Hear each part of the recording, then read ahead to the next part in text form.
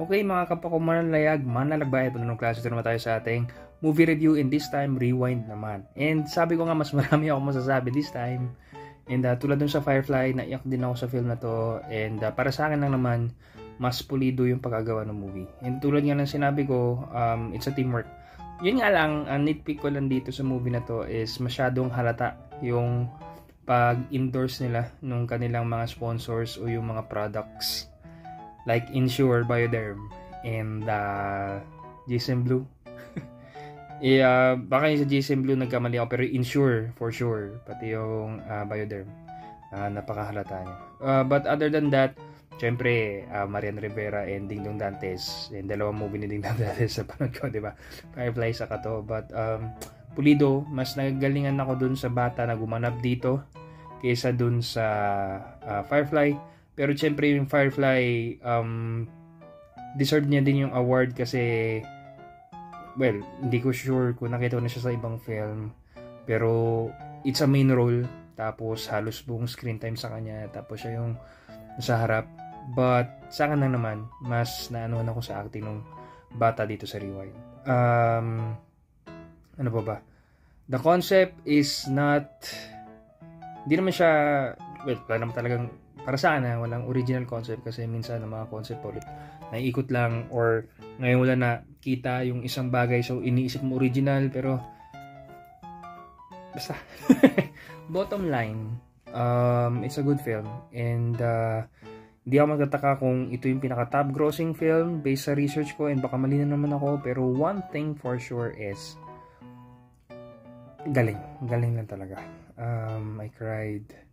And yun lang na in a sense medyo nakulangan dun sa part na, kasi hindi ito yung meron na akong ginawa before, or meron kaming ginawa before na hindi ko alam mo yung pinaka first ko na teatro, is yung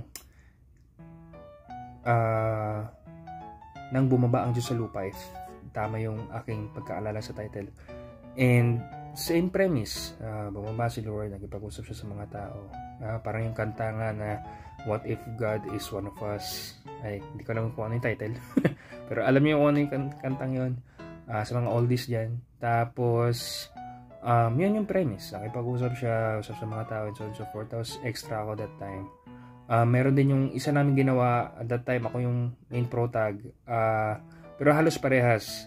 This time si Lord yung nakipag-usap sa main protag, at that yung sa ginawa namin, wala na talaga kaming na anong unique na name. So MC yung pangalan ko kasi main character, tapos JC yung pangalan ni Lord, kasi nga Jesus Christ, JC. Parang dito din, di ba? Hindi ko na spoil, pero by the way, sorry, pero spoiler alert. And yeah, baka may masabi ako, mas spoil kayo. So yun, and nakipag-usap, nakipag-talk, yung mga ganong interaction.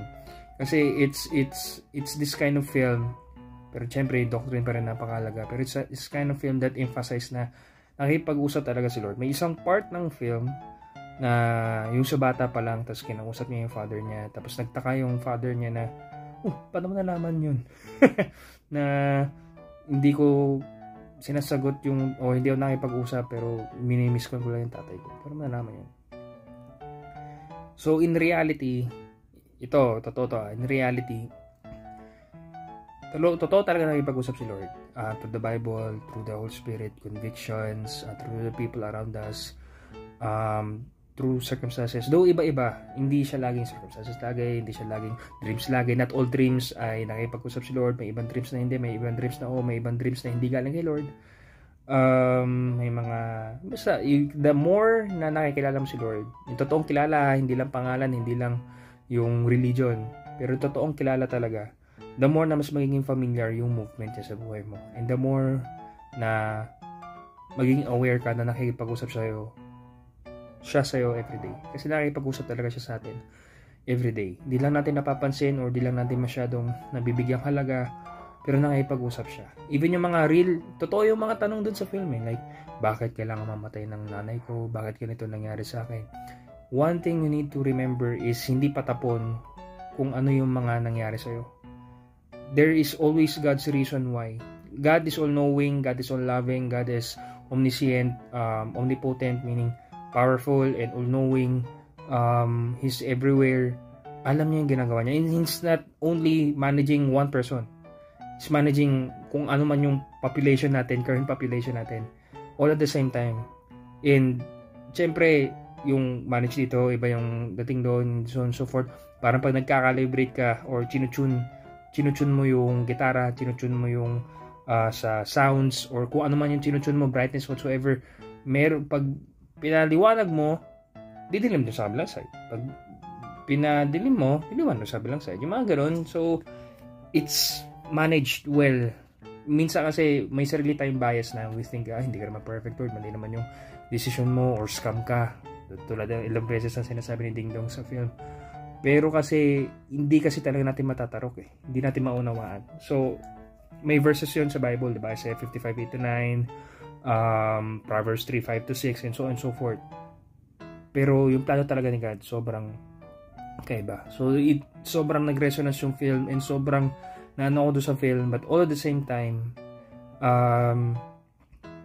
yun nga, sayang, kulang kasi yung part sana doon na yung bata, nagsabi si Ding Dong doon sa bata na higihin mo, ganito, ganyan.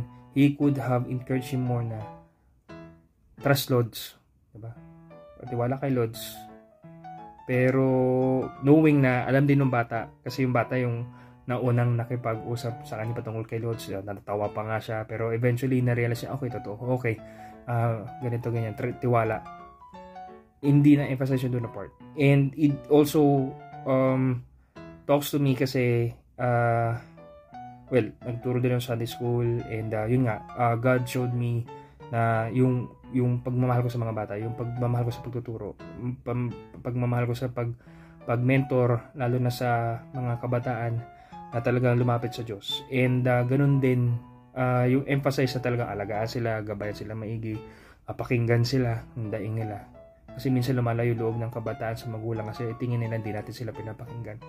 But, yun nga,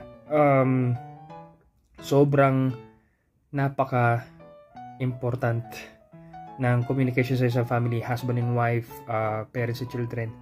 And napakahalaga na we surround our young ones, kahit tayo din, with people na talaga may relasyon sa Diyos, to encourage, to pray for one another, to always remind us about yung relationship natin kay Lord. And yun yung isa sa mga bagay na talagang na ano ako dun sa film. Yes, it's not yung ganung way of doing it is not original. Pero it emphasizes dun sa part na relationship. Yun din ang gusto kasi talaga ni Lord eh. Kay David, nakipag-usap siya. Kay Adam, nakipag-usap siya. Kay Elijah, sa mga prophets, even nung New Testament, diba, Jesus, nakipag-usap siya sa mga tao, nakipag-relate siya sa mga tao. Nahirapan siya, napagod siya, nauhaw siya, napuyat siya. But even din, diba, relationship. And given that, nakikipag-usap nga kasi talaga siya sa atin everyday. Yung nga lang, hindi tayo aware sa kanyang boses, sobrang ingay na ng mundo. Diba, dati nakikita mo pa yung mga stars, pero ngayon sobrang liwanag na. May light pollution na tinatawag. Hindi mo na napapansin yung stars. Ganun din sa noise pollution na yung tunog ng mga kulisap, tunog ng mga even your loved ones, diba? Sobrang ingay ng mundo na yung importanteng mabigyan mo ng importansya, hindi na natin nabibigyan ng importansya kahit na yung oras. Sobrang limited na oras. We say time is gold, but we create time killers, diba? Palipas oras, mga ganun. And I'm not saying it napaka-perfect mo naman. No. Walang taong perfecto, but as we surrender our life and accept Jesus Lord and Savior and grow that relationship with Him, kasi siya lang talaga nag-iisang daan papuntang langit, not good works whatsoever, we will understand and see as we grow our relationship with God, kung ano ba talaga yung mga bagay sa mundo na may value, ano ba talaga dapat natin pahalagaan, ano ba talaga bigyan natin oras, na natin gagamitin yung pera natin, and ano ba yung kailangan nating ihanda yung mga anak natin sa susunod na mga taon, sa mga susunod na mga henerasyon.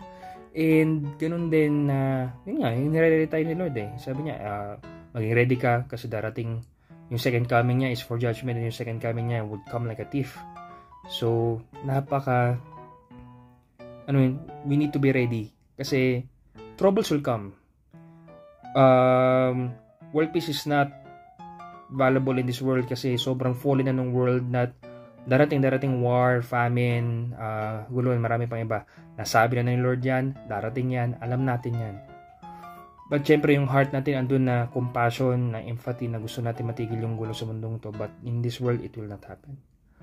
Yung peace, yung peace meron tayo dahil nandyan si Lord, hindi dahil sa absence of chaos.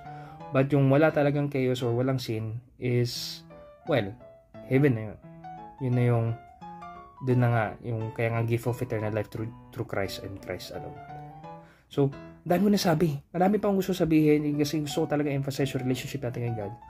Pero yung bottom line, the movie is, sa ending medyo nakulangan na konti. Pero, kumbaga parang may kulang lang na transition, may kulang lang na pagkapulido nung sa, basta yun. Pero one thing for sure, it's, para sa akin naman, it's well made. Mas nagustuhan ko siya kaysa Firefly. Pero parehas sila ng Firefly na paiyak ako at na nangusap sa akin kasi ngayon sa mga bata and the importance of good God-centered parenthood, God-centered na pag-aalaga sa mga kabataan and yun nga, relationship with God. So, sige. 11 minutes na, hanggang dito na lang and salamat and take care.